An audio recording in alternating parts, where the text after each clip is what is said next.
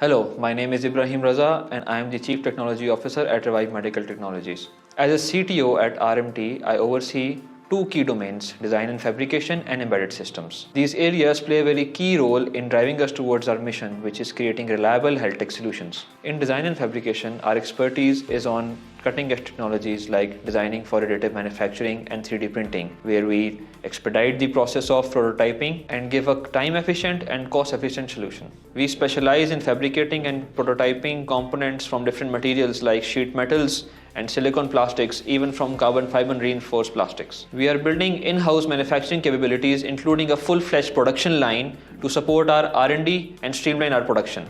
On the embedded side, our expertise lies in developing custom firmware and hardware to tailor specific needs of the medical devices.